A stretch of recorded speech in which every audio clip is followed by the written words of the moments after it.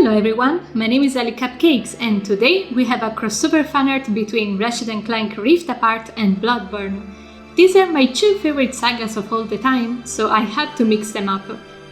Actually, this drawing was for a contest. I didn't make it in the winning round, but that's okay. The theme was to add some specific items to the picture and I chose a wheelchair, plasters and a branch, so you can see what games popped into my head immediately. Ratchet was the first game protagonist that I related with the most. The adventure he has in space and the colorful vibe shaped my childhood, and ever since then I played all of the games. Except for Rift Apart, since I don't own a PlayStation 5 yet, as it doesn't have many other games that interest me that much. Some found the story a bit short, others did appreciate the game mechanics, and overall I'm really curious about the new characters, such as Rivet and the seemingly new Dr. Nefarious. On the opposite spectrum we have Bloodborne, a dark and not very forgiving Souls game. The story piqued my interest immediately, and the characters, the bosses, the ambience look amazing. It's overall very fun and I want to master it one day. Low-key want to do a no-hit run with a Soul Spear after we are done with Dark Souls. But we should talk a bit about this drawing in particular, shall we?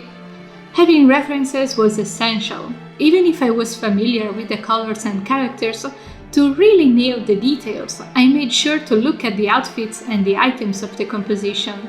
The wheelchair in particular was quite challenging, and I like that it looks a lot like the one in the game. Ratchet is wearing Gehrman's attire, while Rivet is sporting a charge robe, which I usually call the farming attire, because it has a bonus resistance to poison, and my favorite farming area is the Forbidden Woods, which is full of snakes, if you didn't know.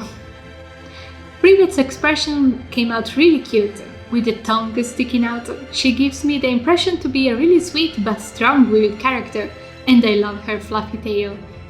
In the revision of the contest I got some compliments about how I drew them, but to be honest I'm more used drawing humans, and the farthest I ever did was antlers, but it's kinda funny that I get suggested often to draw more furries, for obvious reasons.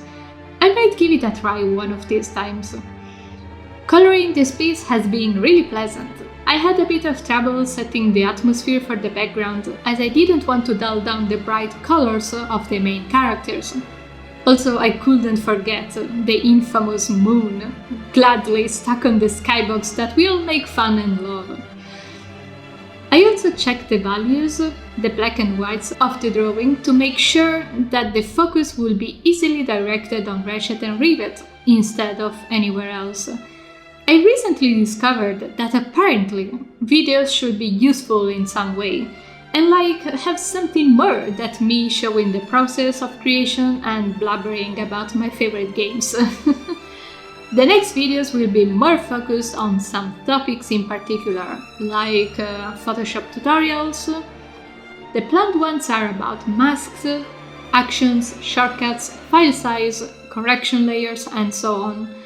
So if you want some specific advice and I know the answer to it, feel free to request it in the comments and I'll make sure to bring some insight on the topic.